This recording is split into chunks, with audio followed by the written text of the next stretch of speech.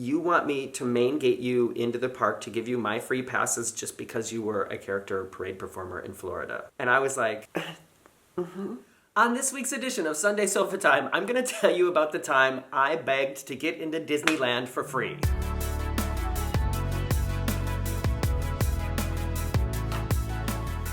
Welcome back, everybody. It's me, Morgan, from the very unofficial travel guides. I do travel vlogs on Fridays and these Sunday Sofa Time videos on Sunday where I sit down in front of this red sofa and tell you some interesting travel-related story from my past. Maybe I should start telling you stories from the future. That would be a new thing. This is another suggestion that I made to my people on patreon.com/veryunofficial. I sent out a list of topics and said, which one of these things do you think would make a good sofa time? And this is one of the ones that also some people had written they would like to know more about. So this is the story about me begging to get into Disneyland for free. And if you want to know if it worked or not, then of course just keep watching the video. And now let me set up the whole background. The year was either late 2001 or early 2002. I remember that because I remember where I was living when I flew to Los Angeles, and I remember that California Adventure had just opened. Now, this was an exciting trip for me because it was one of the first big trips that I did back to the United States after I moved to Germany. I had flown back to spend time with my family, but I hadn't done like a vacation, you know what I mean? I was concentrating a lot on work, on building my career and my resume, and I just hadn't taken time to like vacation, you know what I mean? So, a good friend of mine, a former roommate of mine from New York Times, and somebody that I worked with at Six Flags Great America, made videos about that as well. Check in my library. She had moved to Los Angeles, and I had never been to Disneyland. I had been to Walt Disney World in Florida a few times. I had worked at Walt Disney World in Florida as a cast member. I had also been to Disneyland Paris, but I had never been to the original Disneyland. And also,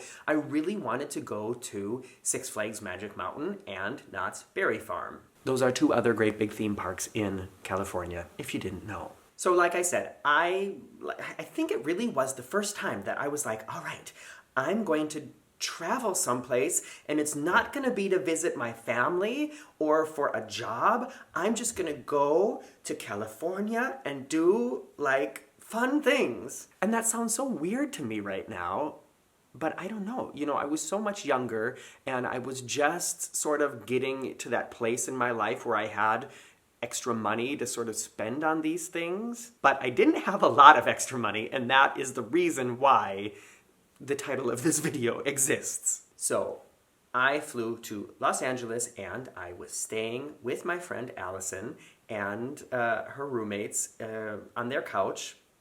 I can't remember exactly where they lived, but I know from their house we could see the Hollywood Hills sign. And I guess that's probably a big sign, and you can probably see it from a lot of places in Hollywood, so that doesn't really help much, does it? As I was saying, I didn't have, a lot of extra money, and I probably didn't really understand how much money I should have had with, because I remembered after the first few days thinking, okay, it's a good thing I have a credit card, because the cash I brought with there's no way this is going to last me for this week. And then came the day where my friend Allison and I decided we were going to go to Disneyland. And this was like a really special day for me because, like I said, I had worked at Disney in Florida. I was a huge fan of theme parks already, maybe even a bigger fan than I am now. Well, I wouldn't say that I was a bigger fan. I just had more time to obsess about it then than I do now. And, anybody else who's a grown-up, I think probably knows exactly what I mean. And so to know that I was going to visit the original Disneyland, finally, go to that original place where Walt Disney himself, walked through that castle and walked down that main street and helped create all those things, and where so many ideas that have shaped the world of theme parks today were invented and tested and perfected. It was just something really special. And I didn't really want to go alone, but my friend Allison, I remember that, I don't know, she wasn't really into going with me. But I somehow convinced her to go, even though I think she at the time also was like, it costs a lot of money to get in there. Can't we just do something else? Because of that, and because of me realizing I didn't really have enough cash, I got this crazy idea to ask to speak with somebody from the entertainment department to see if they would let me in for free on their... Wait, let me explain this again. At the time, I was working at the Magic Kingdom in Florida, which was like 5 years before that. Full-time employees got what was called a main gate pass, and then you could let a certain amount of like friends and family in for free with that pass every year. And some of the people that I knew, they were really cool with letting, like other people's friends and family in, because they're like a lot of their friends already worked at the park and their family lived far away and only maybe came once a year, and so they never used up all their passes. And that was where I sort of got the idea. And also, I was really friendly with all my supervisors back then and with a lot of people that I worked with. And, I was a huge Disney fan, like I said.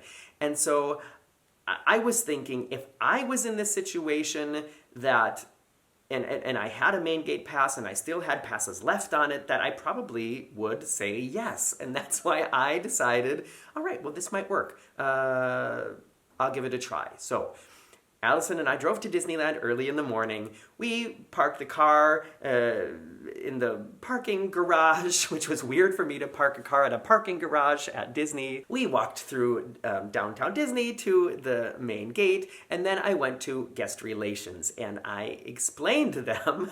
And now that I'm like telling the story, I realize how stupid it was. But so I explained to them, hi, I'm Morgan. I was a cast member at Disney World in Florida, a character parade performer, and I'm a huge fan of Disney, and this is my first trip to the park. And I was wondering, before we come in, I would really love to meet with like one of the supervisors from the character department here. Is there a way, is there anybody around that I could speak with? Because I was assuming, because the park was just opening, that there was going to be a supervisor someplace at the front of Main Street who was going to be, like dealing with the character appearances there. And I thought maybe, okay, well, like in 10 minutes, somebody will come out. And like I said, if this had happened to me when I was working there and somebody was like, oh, there's a cast member from Florida, or there's a cast member from California here who wants to talk to you. Do you have any time? I would have been like, oh, cool. Okay, where? It didn't work out that way. So my friend Allison was not really like cool on this idea. She was like, Morgan, let's just pay and go in. Come on. We only have like, for some reason, I think we only had like half a day. We had to leave at like 4:00 in the afternoon. I don't remember why. And she was like, let's just buy a ticket and go in. And I was like, no, I think, maybe this will work out and then we can get in for free. And that will be a huge bonus. I remember that the person from guest relations was on the phone, and then she called somebody else, and already like maybe 15 minutes had gone by. And then finally she said, and I don't remember this person's name, but she was like, all right, I got in touch with Jonathan, and he's on his way up to the main gate, or he's on his way up here to the entrance, but it may take a while. So you guys just go have a seat over there on that, planter or whatever, and he'll come find you there. And I was like, okay, thank you. Thinking, all right, this is going to work. I'm going to charm him. He's going to be just like I would have been. And then we're going to get main gated into the park for free. And we went and sat down on that planter. So then time started passing. And I have to say, I think probably at least a half an hour went past, because I know that Allison started getting more and more anxious and was like, Morgan, come on, let's just forget it. Let's just go in there. We're here. Come on, let's go have fun. And I, the more time that went by, the more guilty I felt. I was like, okay, but if he's taken all this time to come up here and then we're not here, which in a way was silly, because we would have been then just gone, you know what I mean? And this was before Facebook and Instagram and stuff like that, so there's no way he would be able to find me, or I don't know. I just was really hoping it would work out. And not only that, I was interested in just talking to somebody who worked with the character parade department in California to just get a little, information and a little, just a chat with somebody. Finally, and it was much too long later. We never should have waited that long. I remember being also very frustrated by the time Jonathan, or whatever he was called, showed up. And he came over, and the first impression immediately I thought, this ain't gonna work. And he was like, "Hi, I'm Jonathan. What can I do for you?" And I said, "Hi, I was a character parade performer in Florida from, for this year and this year, and did the whole Christmas season, and I loved it, and I just wanted to ask you a few questions if you have some time." And he's like, "Sure, I've got a couple minutes." And I asked him just a couple work-related questions, how they do the breaks and where the character zoo is and stuff like that. And then I was like, "Listen, I know this is kind of weird, but I was wondering, would there be any way that you could main gate us into the park? We're really broke." And that's where his mood totally changed. And he was like, "So you want me to main gate you into the park to give you my free passes just because you were a character parade performer in Florida?" And I was like, "Mm-hmm." And he goes, "No, I can't do that." And I'm like, and I can hear Allison, standing next to me, I could hear her thoughts being like, "I told you so." And, I was hoping, and, there were so many possibilities. There were ways he could have helped us. And no hate to this person. I understand the situation was really weird. But, he didn't offer us any kind of discount or any kind of, say, "I can help you make a restaurant reservation," or anything like that. He was just like, "No, I can't do that." And I was like, "Okay, well, I understand. Thank you anyways." And and then he disappeared, and I turned around to Allison, and she was like, "Can we please go inside now?" And yeah, I don't know if this was an interesting story to you or not, but lesson learned, not everybody is as friendly as I am, or was. I don't know. What do you guys think? Do you think he should have comped us in, or at least given us some sort of small discount or something? I know I had no right to have it, but like I said, I just I've worked in a lot of theme parks, and I know what it's like, and I like to feel that sense of family with everybody who shares these responsibilities and who knows what the job is like. And like I said, if I was in his position, and if I think of all the other themed attractions I've worked at or whatever, and if I got a call to come to the front and somebody was like, "Oh, I work at Six Flags in Texas, and we're just here for the day, and we were wondering, is there any possibility, as cast members, if you could help us, with a discount or something?" I would totally find a way to make it work, if I could. And like I said, I'm sure there was a way that he could have, but he just didn't. And that's the story. And now comes the time on Sunday Sofatime where I comment on your comments live on air.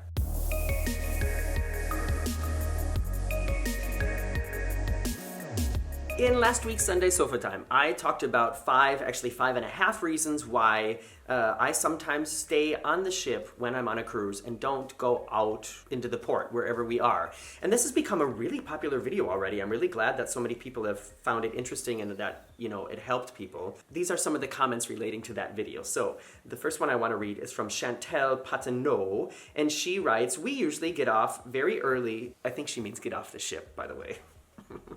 "We usually get off the ship very early and visit the ports of call on our own and come back when most of the people are just starting to get off the ship. We thoroughly enjoy this time back on board all to ourselves." So that is a good idea. But one of the things that I mentioned in the video, that is also connected with a little bit of stress, because there are a lot of people who try to do exactly that, and then leaving the ship early in the morning is going to mean waiting in some big lines with people who get frustrated and pushy. Next comment I want to read is from Emily Archer. Emily writes, "About staying on the ship, none of the stores are open when the ship is at port," which is true. "They wait until everyone is back from their excursions to open the stores. I'm just saying, LOL. Actually, another reason is because a lot of those stores are considered duty-free, and those are only allowed to be open when the ship is not on land. I loved my excursions, but now I know for our next cruise not to book an excursion every single day." Very good advice.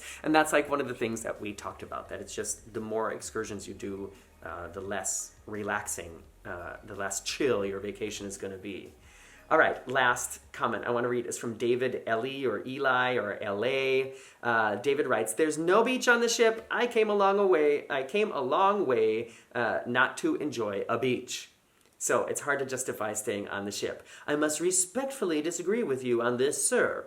Well, thank you, David. And you know what? I love going to the beach too, and I wouldn't stay on the ship, for the whole cruise if it meant I wasn't going to get to go to a beach. But, however, not every cruise goes to some place with beaches, If you're cruising to Alaska, don't plan on going to the beach. Thanks for hanging out with me, as always. I'm Morgan from the Very Unofficial Travel Guides. You can follow me on Facebook, Instagram, and Twitter. And because somebody requested it last week, I'm going to do a secret word for you today, and that secret word is discount. So, if you've watched the video till the end, find some way to put the word discount in your comment to let me know that you've watched until now. And it'll be our secret. See you next week.